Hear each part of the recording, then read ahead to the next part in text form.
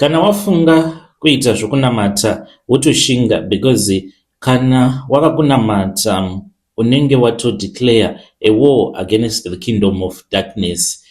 Madhimoni, they will retaliate against you, against your health, against vana vako, against your marriage.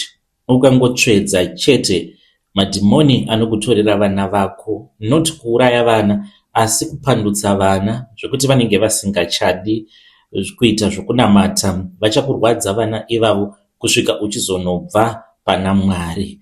Makadii zvenyu mukomana, please hide my identity. Ndiri kunyora nyaya yangu iyi ndinototya. I don't know if I can trust you, nekuti handinawo munhu wandinogona kuudza. Ndine 41 years, iko zvinozvi ndiri munhu ari kurarama neguilt each and every day. Ndakaita zvinhu izvi zvandisingambofi ndakakwanisa kuzviregerera even myself.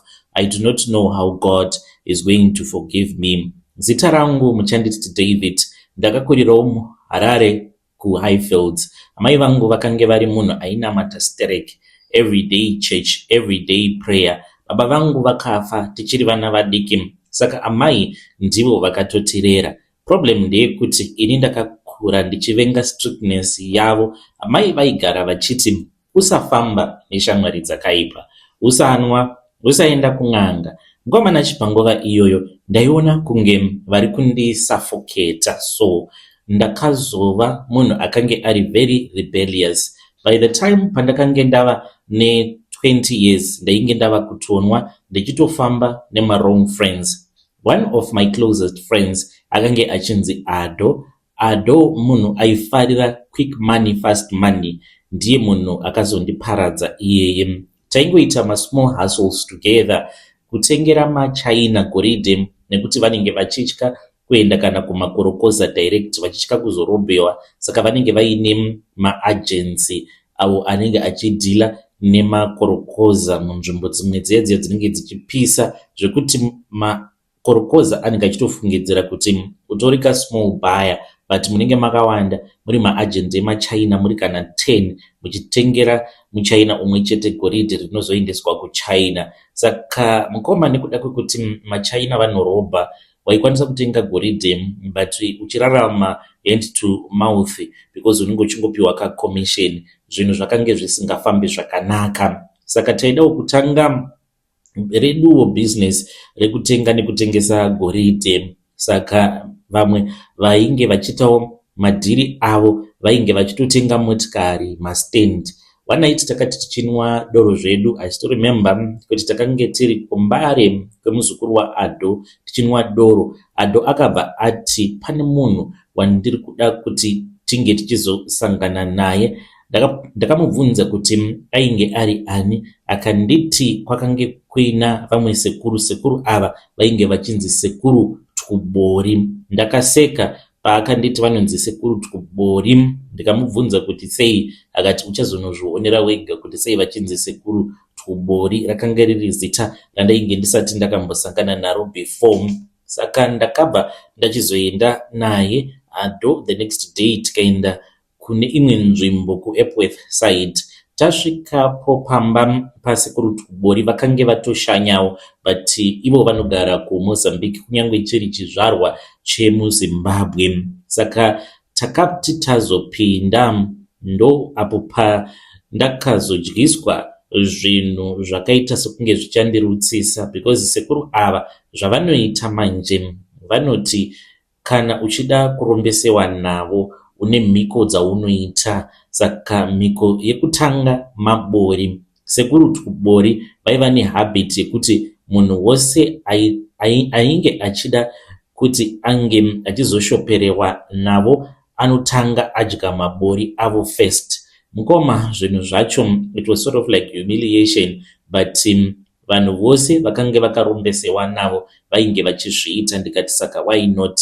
Ado akanditi kana uchida kubuda mupoverty ngotodzikama. Saka tadya mabori aSekuru Tubori. Sekuru Tubori vakabva vaseka zvavo, vakabva vati imi ndichaita kuti munge muchizoita mari yakawanda. And vakatanga kutondiudza kuti amai vangu vakange vari munhu ainge achinamata. Saka tainge tichifanira kuti tinge tichivatsautsa kubva pana Mwari, zvinhu zvandakange ndisingazivi before that day. Sekuru Twubori vakandiudza chinhu chandisingakanganwe kuti kana uri munhu anonamata unenge wakadeclare a war against kingdom of darkness. Saka vakandiudza kuti ivo vana vako, marriage yako nehealth yako ndizvo zvinenge zviri patageti nemadhimoni. Saka ini ndakange ndisina angu basa nazvo, patiko zvinozvo ndava kutoona kuti vanhu vazhinji vanenge vachinamata ndokusaka vachizoita vana vanenge vachinzi vanenge vari rebellious, because Satan anenge achitsvaka pekukubatira achikushaya, saka anobva aenda ku the weakest link obva anokukanganisira vana vako. Saka vakabva vatipa mishonga yelucky.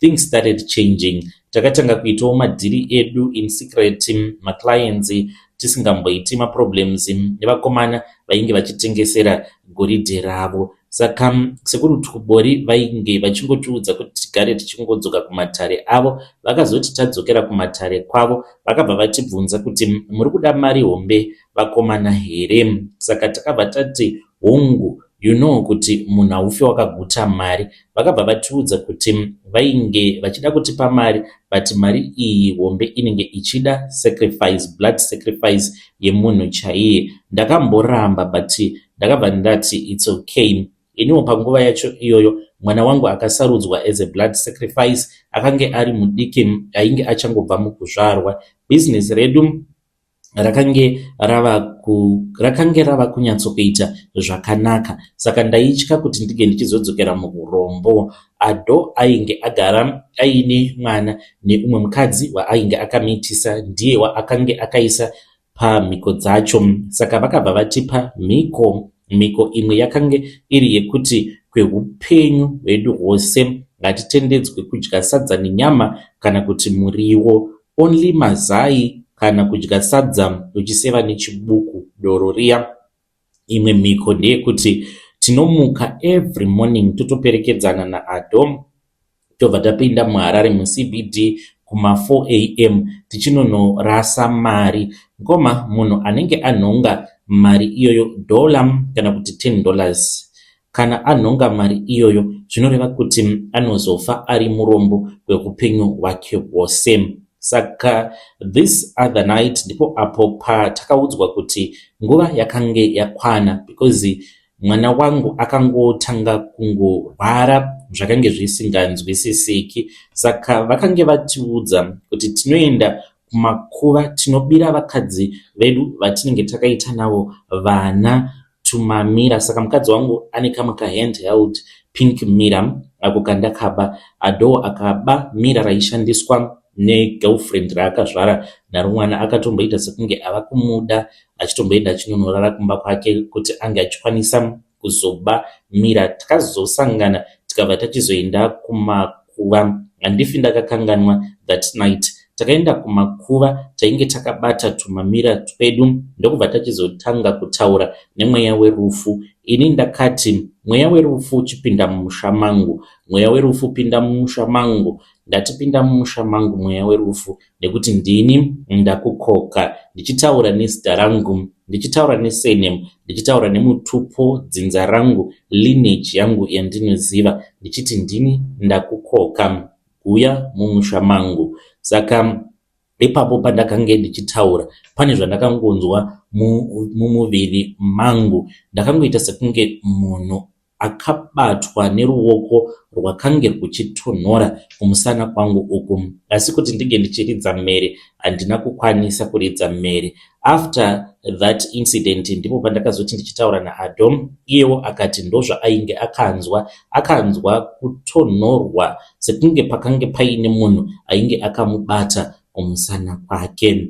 Takati tapedza kuita saizvozvo, takabva tachizotanga kuudza mweya werufu kuti kana wauya mudzinza wainge uchifanira kuti unge uchizotora ani nani, but pekutanga takange tataura mazita evana vedu. Mwana wangu mudiki uya akange achiri mucheche ndiye aifanira kuti ange achiuya kuzotorwa nemweya werufu. sezvo zvakange zvirizvo zvandainge ndakaudzwa nasekuru Tukubori. Ndainge ndakamboramba before that, but kana muchiita zvinhu muri vaviri muri syndicate, unenge wava kutya kuti zvimwe kuda umwe wako anokwanisa kuzobudirira, iwe ukasara uri kumashure uri rombe. Saka ndakabvuma. Mushure mekunge taita mhiko idzi, mwana wangu akawedzera kurwara, kusanganisira zvekare nemwana waAdom. Mwana wangu akabatwa nechirwere chemalaria. waAdom ainge aine rimwe ziflu rakange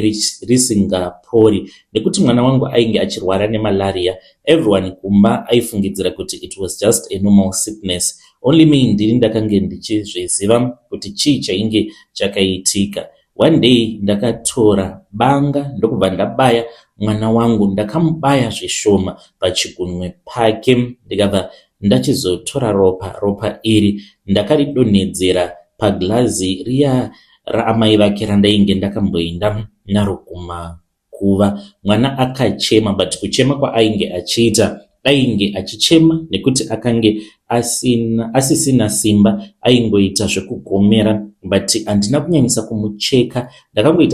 Ndakangoita zvekungomubaya zvekuti ndakazotosvinira ropa paglazi. Nekuda kwezvandakaita ipapo, handina kumbobvira ndakazvivenga sezuva iroro. Panguva iyoyo ndikangoti ndakange ndava munhu ainge asingachafungi zvakanaka, ende ndainge ndava kungofunga mari chete. Zuva rakazofa mwana wangu mukoma, handifi ndakarikanganwa. Mwana wangu akati arwara, fever yakaramba ichingokwira nekudzika. Mukadzi wangu ainge atonetawo because zvainge zvoitika ipapo zvaipisa tsitsi. Mwana aigona kuita usiku hwose achingochema.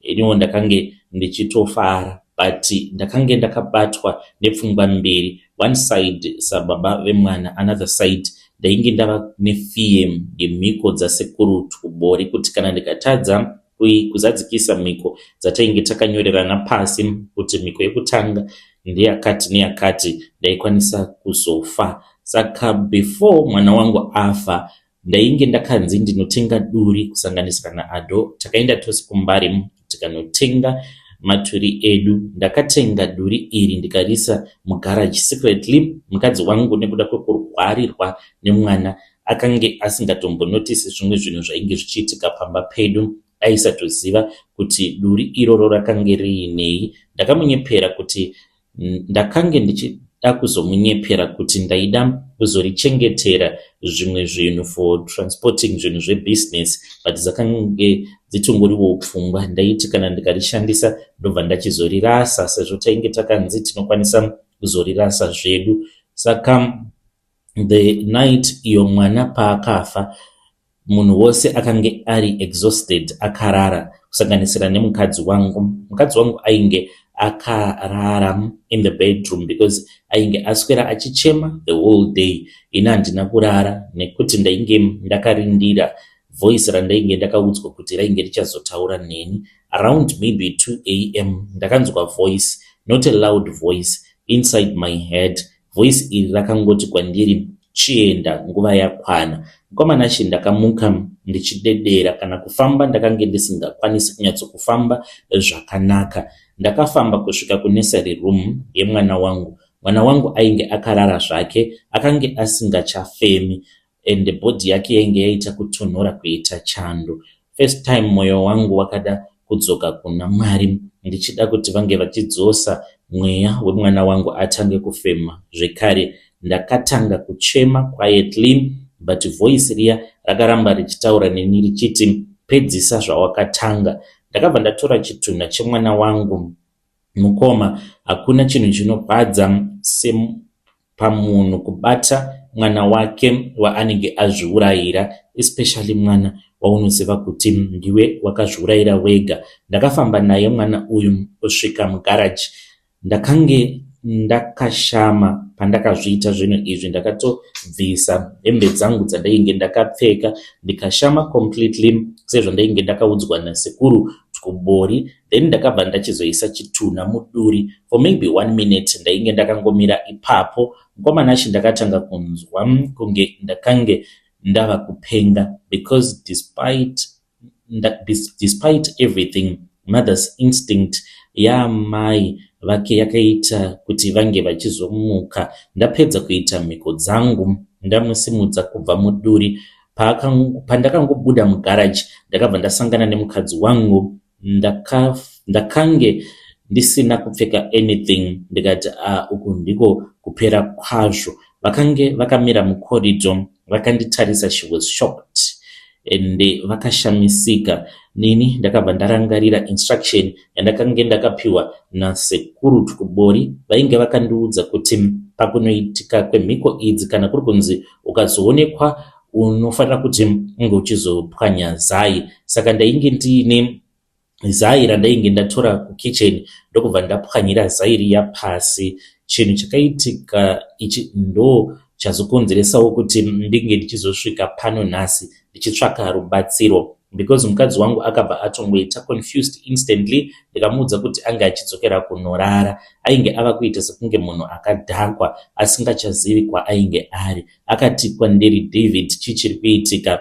Then ndokubva adzokera kuroom slowly. Mangwana acho ndipo apo paakazoenda kuroom kwemwana ndikanzwa yava mhere. Ndikateverako ndikaita sekunge ndainge ndashamisikawo zvekare nekurwadziwa, tichiona mwana wedu kuti akange asingachakwanisi kufema kana kuita sei. But ndainge ndichitozviziva nechekare kuti izvi ndo zvainge zvakaitika. Mwana ainge akafa the previous night, uye zvekare ndakange ndiine zai iro randainge ndakaputsa kuitira kuti mudzimai ange achizova confused.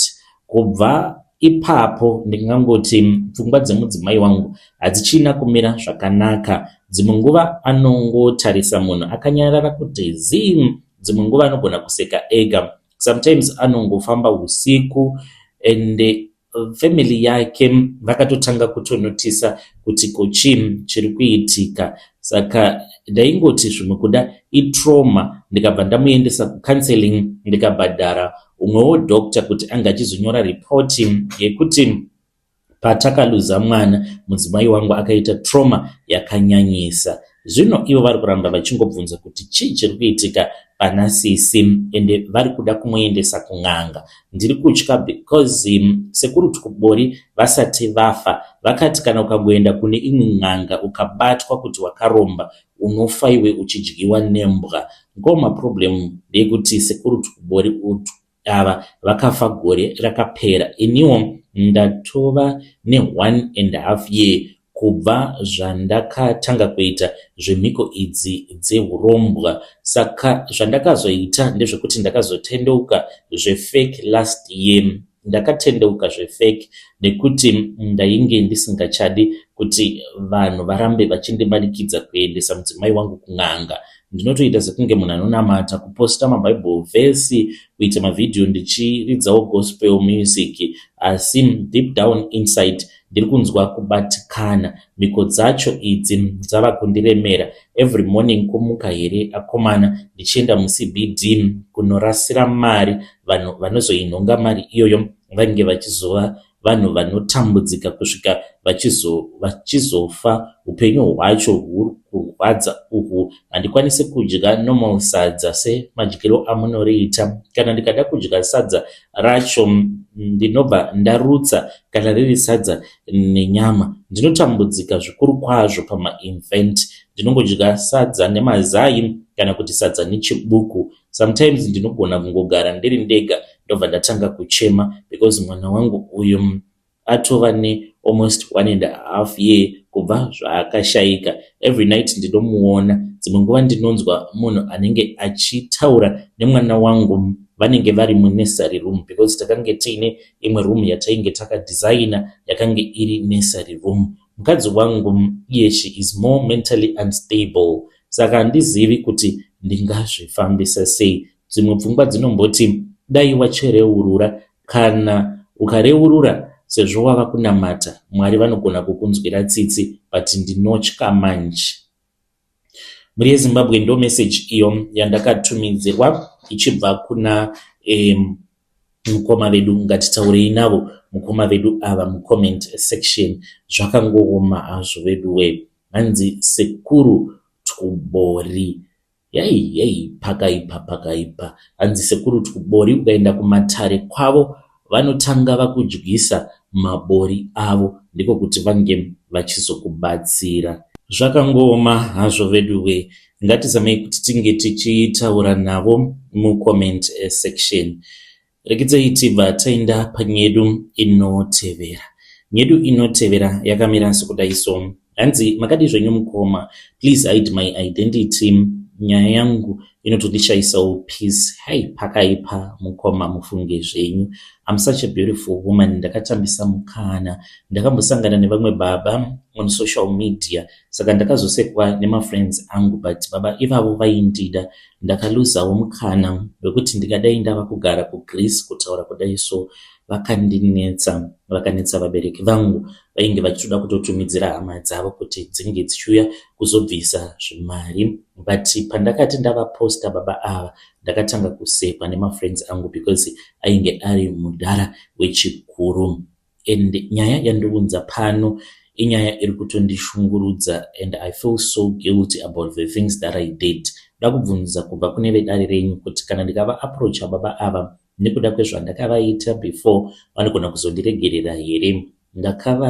Ndakavakumbira kuti vange vachinditengera motikari iyoyo ikazotanga kushandisiwa na ex baby daddy vangu because taimbopota tichilazana. Saka akanditi sezvo wava nemotikari chindipa ndiise pamushika. Vakazozviziva, he was heartbroken. Ndakaitawo mistake, ndakange ndichiri kukura, but now I'm ready for marriage. Nyaya yangu iri pakuti ndakabirawo futi imwe mbinga iyi mukoma yakazosvika pakufa. Ndichitaura nemi irisk because ndinotya mapurisa. Ndiri mudzimai, ndine makore 29 years, ndiri muZimbabwe, ndinogara muno muJohannesburg. Ndakazotouya kunoku kuri kutotiza kumusha.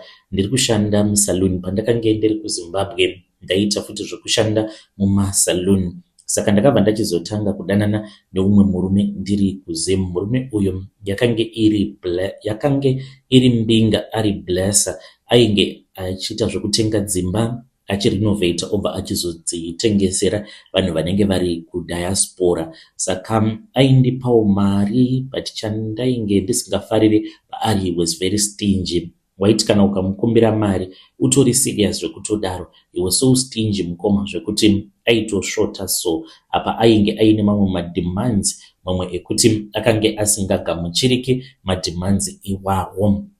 Nerimwe zuva ndakamukumbira mari, yakange iri mari shoma yandaida, only $100. Akabva andiudza kuti ainge achazondipa mari iyoyo mushure mekunge amboita madhiri.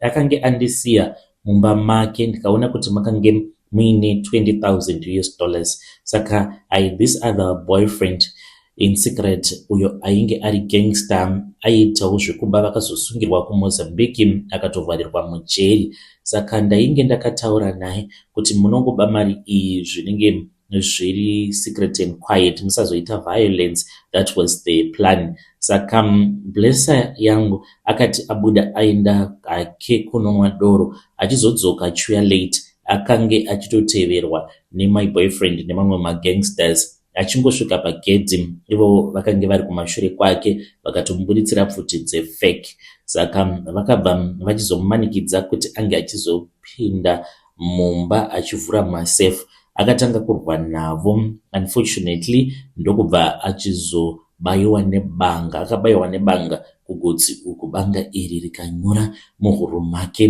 ndiko kufa kwaakaita. Saka afa kudaro, ndipo apo pandakazoudzwa kuti that is what had happened. Vakomana vainge vari munzira vachitiza vachienda kuMozambique vainge vandipa mari nekuti vaitya kuti vakazofamba vaine mari yakawanda yaikwanisa kuzovasimudzira mhepo. Since these were my trusted friends, nini ndakasara ndiine mari. It was around $17,000. Ivo vakangofamba vaine 3,000 yekungoti vange vachinoita settle down. Saka vakambondifonera vakandiudza kuti ndimbomira uya kuMozambique because mboda mainge makaita kusoserwa soja nemapurisa. Saka vakange vava kurarama nekuba futi kuMozambique ikoko.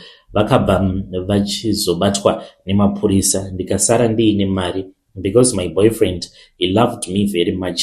haana kuda kuzonditengesa, vakangoita sekunge vainge vakazvibira vakaba vari vega vasina umwe munhu uyo akavapa information from the inside.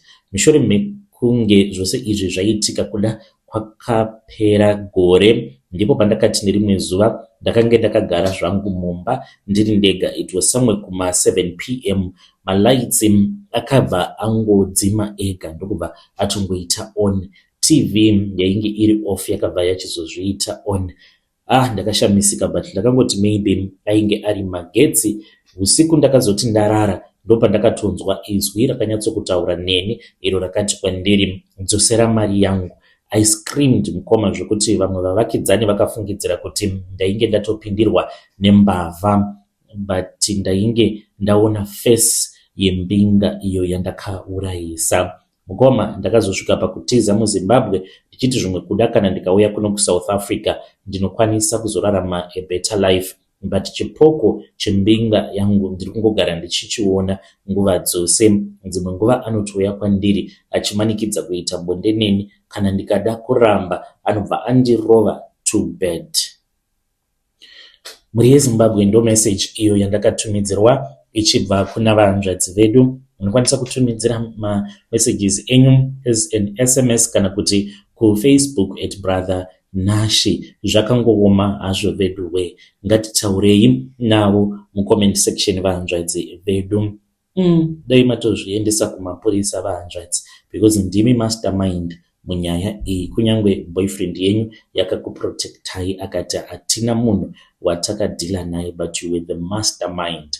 Ngatitaurei nezvayo nyaya iyi mucomment section. Rekidzai tibva taenda panyedu inotevera. Hanzi mukoma Nashi, ini ndinonzi Richard. I never believed kuti ndainge ndichazosvikawo pakuita mari yakawanda kudai. Ndainge ndagara hangu ndiri ng'anga, but ndingoriwo ng'anga yefake. Ndichiti ng'anga yefake hazvireve kuti handione, kuona ndinoona, but ndinoita zvokushandisa misoro yemakora. Ndakamborohwa nenzara mukoma Nashi zvekuti ndakasvika pakudya mudzi weumwe muti uyo unodzinga nzara pamba pakaoma pasina kana chinhu. Mukadzi wangu akasvika pakundisiya nekuda kwekutambudzika kwangu. Ndipo pandakabva ndachizoona kuti upenyu unotoda kuti unge uchitoita maplan. Ndakabva ndachizotanga kuita zvekushopera, but ndakarerekera kudivi rekuti vaya vanenge vachida mari vanouya kwandiri ndichivabatsira, because before that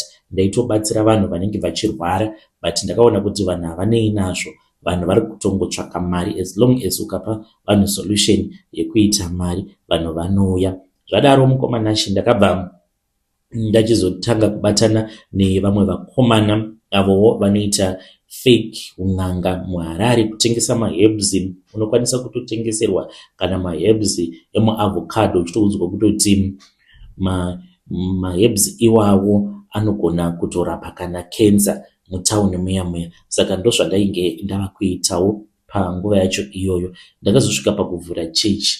Varume vakanonoka kundiudza kuti chechi ine mari. Pandakavhura chechi yangu pane minana imwe yakangoitikawo. Handizivi kuti midzimu yangu here, but patori neminana yakaitika yandisingakwanisi kutaura nezvayo, because zvimwe kuda vamwe vanhu vanogona kana kunge vachizondiziva kuburikidza neminana iyoyo. Saka paitika minana, shoko rakatanga kufamba kuti painge paina vamwe prophet vakange vachibatsira chaizvo. Saka ndakabva ndachizotanga kubhadharisa vanhu. Ndinotobhadharisa vanhu mukoma Nashi. Munhu anenge achiuya kwandiri kana achida kuti ange achiwana basa, ndinomubhadharisa. Vanenge vachida mari zvekare ndinovabhadharisa. So far kana ndichicalculata kubva zvandakatanga kurana chechi yangu iyi, ndatokwanisa kutotengawo motikari.